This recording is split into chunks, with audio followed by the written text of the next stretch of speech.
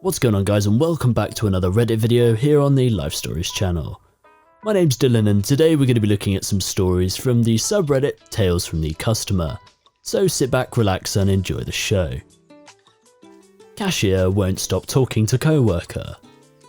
Hey guys, I'm a long-time lurker, former retail worker here. I hope I don't come across as an entitled parent here, so feel free to tell me off if I'm being too sensitive. Last night I went to a grocery store that regularly gives stickers to kids. Most of the time when the cashier sees a kid in their line, they do so without being asked. Occasionally you do have to ask, which is fine too.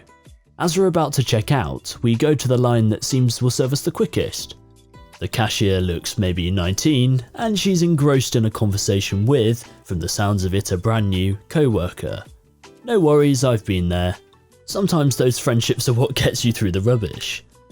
She finishes up the person in front of us and starts scanning our stuff, though it's clear she's more engaged in her conversation than the transaction. She doesn't say hi, ask if we found everything okay, just asks if we need bags so she can continue the conversation with him bagging.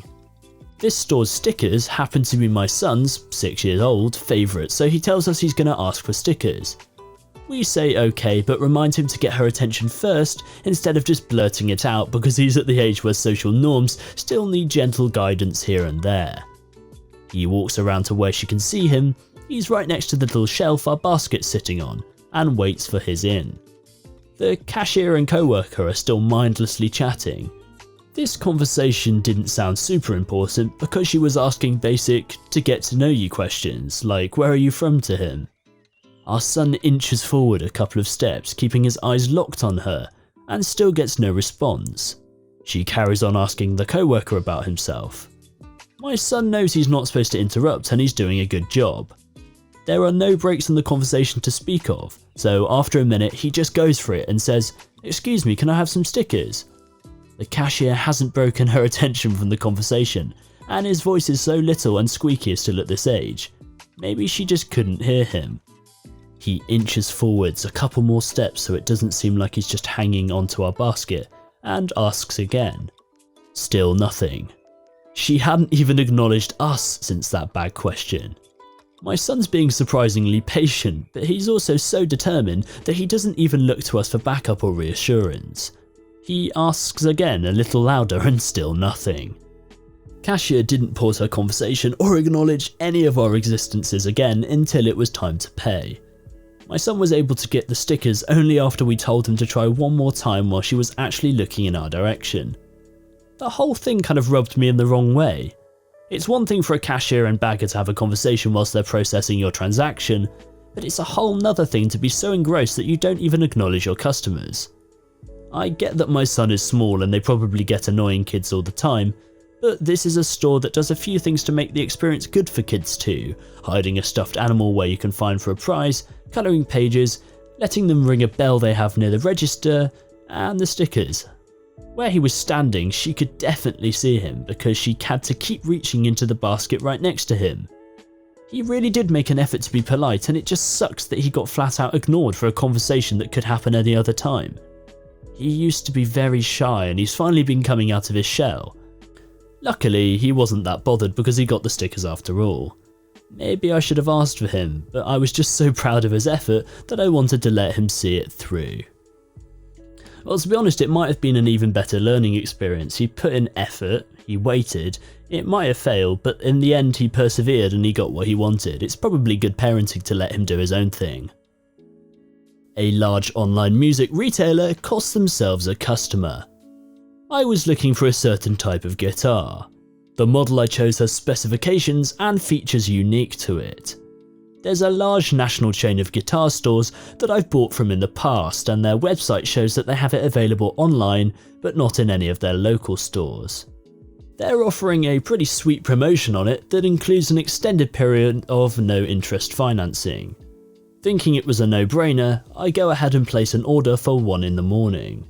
There was an option to purchase an open box return for substantially less, but not wanting to deal with something damaged, I opt for the brand new guitar instead.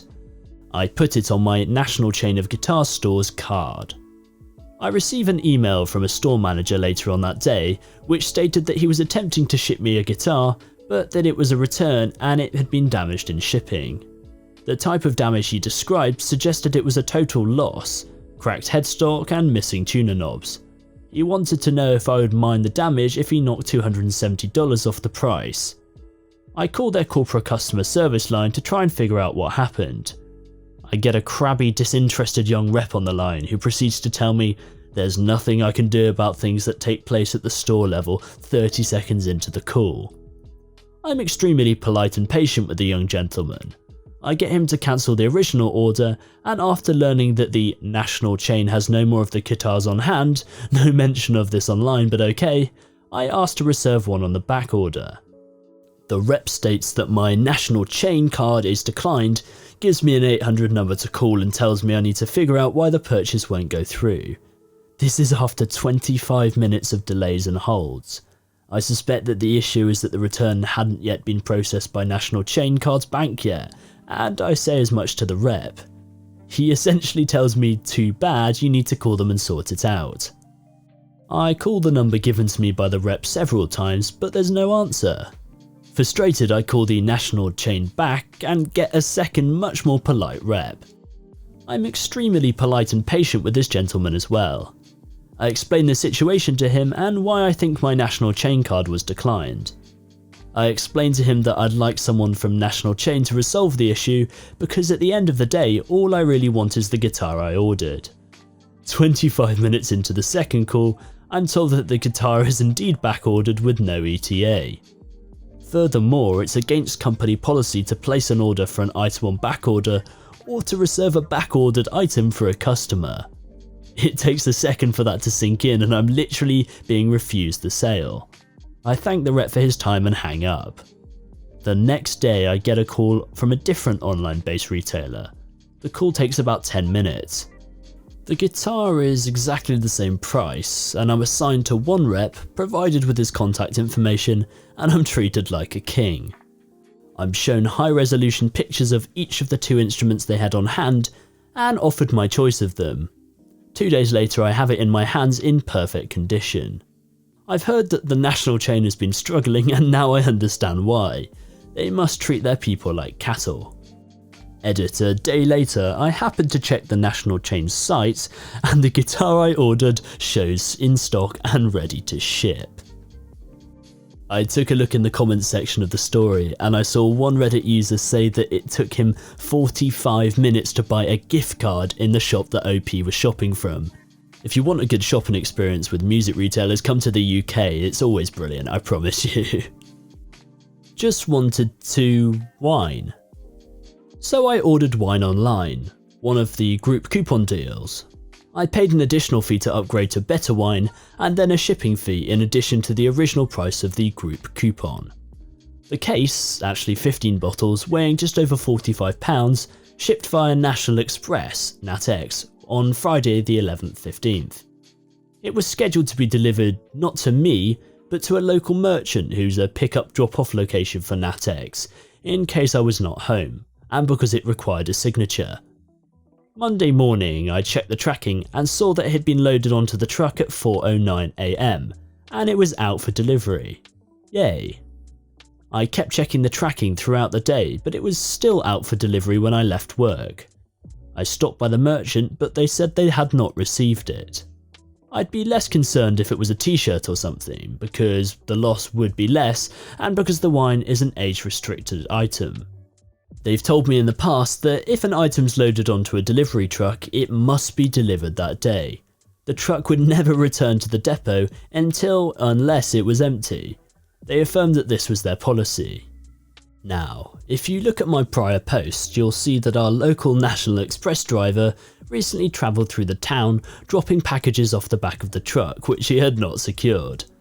The following day when I contacted NatX, the parcels, which I picked out of the roadway and placed on my porch for NatX to retrieve, had all been marked delivered, so I realised that the tracking information may not be accurate. Also, that once a package is marked delivered, it's on the receptant to prove that it was not.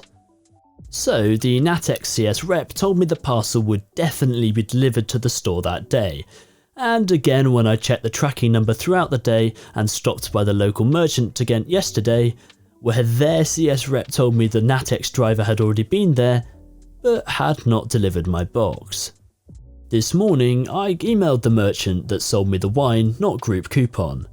They called to tell me that after contacting Natex, that they'd been told that it was at the local merchant all along. It was apparently delivered on Monday but was fairly late and was in the back rather than behind the service desk. So I called the local store where it should be. They have no idea what box I'm talking about, and they advised me that Natex delivers through the front doors and that the package would not have been delivered to the back and that there would be no reason for anyone to have taken it back there. After we hung up I checked the tracking again and it shows the box is still on the truck. It's now been 59 hours since it was loaded. So I call Natex this time and they say that they have really no idea where it is and why it was not delivered, but assure me that it will be located and delivered by 4 PM today. Now, how can they promise delivery by 4 PM of a parcel they can't even find? I want my wine. Well, this all boils down to, sounds like the wine of OPs may have been enjoyed by Natex employees somewhere. I'm going to check out the story and see if there's any updates, because this one could be quite a funny one. Dear servers, please don't do this. I decided to stop eating at one of my regular workday lunch spots because of a new employee that they hired. I'd been coming in once or twice a week for lunch for years, usually by myself. I knew the daytime staff and we'd have a friendly chat when I came in, just like the staff did with all their regular customers. I got busy and didn't come in for a couple of months. When I finally made it back in, the restaurant had hired a new assistant manager / head waiter. This was a completely new employee who I'd never met before, and I was seated in his section at a table for one. Immediately upon seeing me, he grabbed my hand and started gushing about how much he'd missed me. Then he stopped talking and just stared into my eyes like we were long lost lovers. Every time he passed by my table, he would stop, hold out his hand for me to take it, then stare longingly into my eyes and talk about how much he'd missed me, but we were together now. It was annoying as hell. I reiterate, I've never met this guy before. The lunch staff was always the same small crew. If we'd met before because he was filling in or something, it would have only been one time. Whatever the case, his fake romantic rubbish was unwanted and very annoying. I looked around to see if there was any other lone female diners that he was carrying on with, but there wasn't any.